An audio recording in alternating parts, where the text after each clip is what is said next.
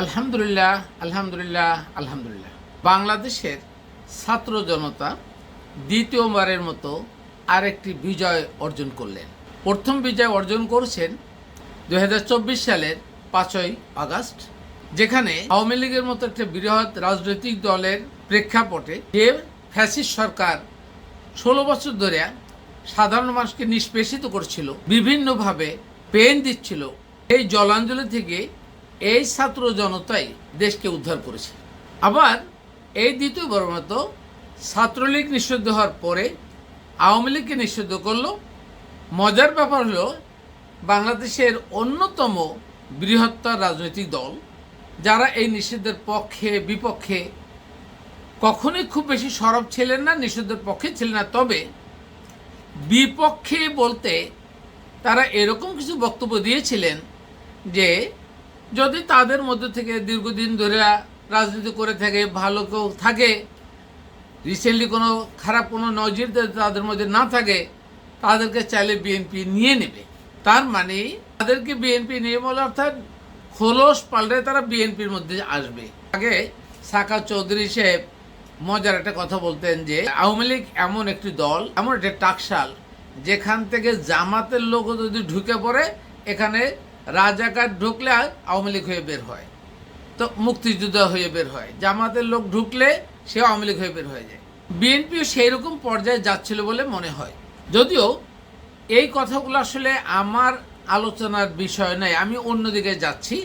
আমি এখানে অ্যাপ্রিসিয়েট করব আলহামদুলিল্লাহ এই জন্য যে ছাত্র জনতার এই বিজয়টিকে আমরা স্বাগত জানাই, এবং ছাত্র জনতার এই বিজয়ের মাধ্যমে আমরা যে কাজটা করছি, ইসলামের বিজয় হয়তো সাধিত হবে। কারণ এ পর্যন্ত 54 বছরের যত সরকার এসেছিল, প্রত্যেকটা সরকার জগদ্দল পাথরের মতো ইসলামের বিরুদ্ধে কাজ করছে, কেউ ইসলামের পক্ষে কাজ করেননি, বিধায় তারা তাগুতের সরকার ছিলেন। এই কথার পরিপ্রেক্ষিতে আমরা বলতে চাই যে আল্লাহ যেমন ফিরআউনের মমি করে দেহটাকে সংরক্ষণ করার জন্য নির্দেশ দিলেন, ওটা ফরজ। এখন ফিরআউনের দেহটাকে কেন নির্দেশ দিলেন? নির্দেশ এই জন্য, যখন এই ফিরআউনের কথা মনে উঠবে, কেউ বলবে আমরা দেখিনি, মিশরে আছে, অনেকেই দুনিয়ার দেখে না বা কেউ দেখছে, এই ফিরআউনের মমি করা দেহটাকে যখন দেখছেন, তখন মনে পড়ছে যে ইসলামের বিরুদ্ধে তাগুতের মতো, আল্লাহর আদেশের বিরুদ্ধে তাগুতের মতো লোক, ফিরআউনের মতো লোক দুনিয়াতে ছিল, তাদেরকে ধিক্কার দেওয়ার জন্য এই মমিটা রাখা হয়েছিল। অর্থাৎ মনের থেকে তাদেরকে ধিক্কার দেওয়া।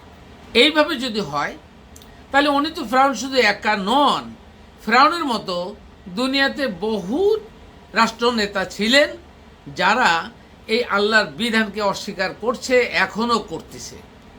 সুতরাং যারা যারা আল্লাহর বিধান অস্বীকার করছে, তারা যেমন কাফির অস্বীকার করার জন্য, মুশরিক যারা অন্যকে শরিক করার জন্য, আবার জালিম সে নিজের নফসের উপর জুলুম করছেন। এই জন্য তার সাথে যারা ইসলামের বিধানকে, অর্থাৎ আল্লাহর নাজিলকৃত বিধান যে কোরআন, এই কোরআনের অধ্যয়ন ও গবেষণা ব্যাহত করছেন, তারা তাগুত। আমি বলবো যে যে যেখানে আসেন না কেন, যদি এই কোরআনের কোনো প্রচার প্রচারণা আমরা যা করার চেষ্টা করছি, তার বিরুদ্ধে যেই অবস্থান নিচ্ছেন, আল্লাহর নাজিলকৃত বিধান একমাত্র কোরআন, এই কোরআনের বিরুদ্ধে যে যেখানে আছে, তারা তাগুত হিসেবে কাজ করছেন, তারা বিরুদ্ধাচরণ করছেন। তাগুতের শাস্তি অবশ্যই কাফেরদের থেকেও মারাত্মক হবে, কারণ কাফের শুধু অস্বীকার করে, আর তাগুত অস্বীকার করে সাথে সাথে অন্যদেরকে এই পথ থেকে বিচ্যুত করে। তাই এই 54 বছরের ইতিহাসে যদি বলি, তাহলে এই তাগুত সরকারের কার্যক্রম আমরা দেখে আসছি। কারণ কেউই শিক্ষা কারিকুলামে কোরআনের মৌলিক শিক্ষা কোনো আমলেই চালু করা হয়নি, বরং ভুল শিক্ষাটা চলছে মানব রচিত কিছু ছোট ছোট চটি বই দেয়া।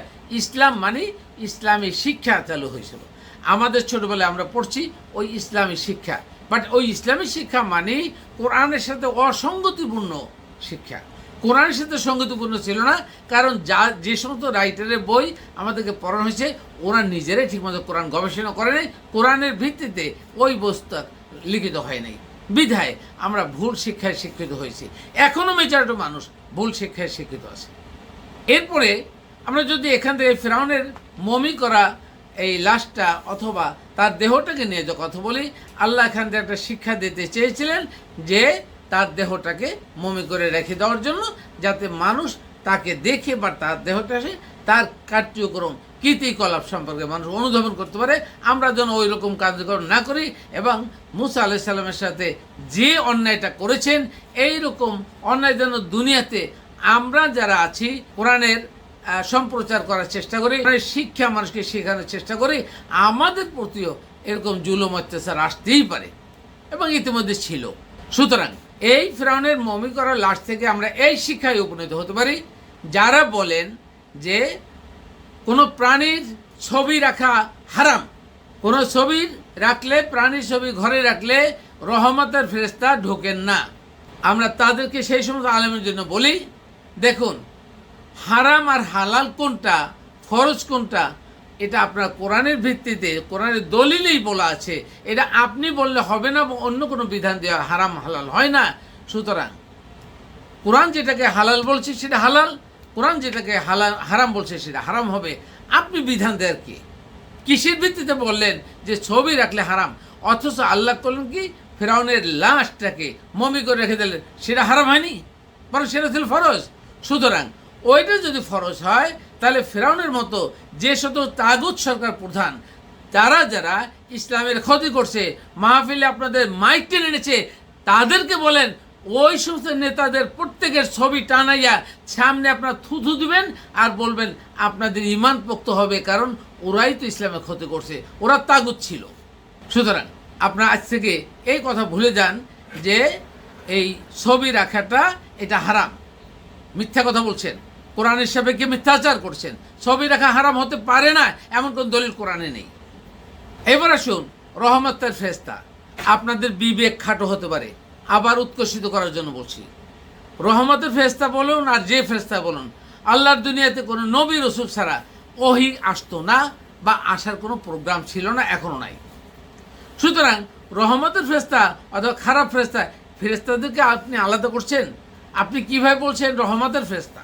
ফেরেশতা আল্লাহর অনুগত, তারা আল্লাহর সাথে অন্যায় করতে পারে না। সুতরাং সকল ফেরেশতা রহমতের, আল্লাহর রহমতের দ্বারা আদেশকৃত। সুতরাং আপনি রহমতের ফেরেশতা আমার বাসা আসবে কেন, আপনার বাসায় আসবে কেন, আপনি ছবি রাখার সাথে কোনো সম্পর্ক নেই, এই কথাগুলো মানুষকে ভুলভাল বোঝাচ্ছেন। সুতরাং আমি এখান থেকে বলতে পারি যে আল্লাহ ফিরআউনকে যেভাবে দিয়ে আমার নিদর্শন শেখাচ্ছে, আমরাও যেন এরকম চাইলে এর পাপিষ্ঠ সরকার যারা যারা ছিল তাদের ছবি টানিয়ে তাদেরকে ধিক্কার দিতে থাকে, তাহলে আপনার ঈমান দৃঢ় হবে এবং সেই সাথে কোরআন জেনে বুঝে ঈমান পাকাপোক্ত করার জন্য প্রত্যেকের জন্য নিবেদন করছি। আল্লাহ হাফেজ।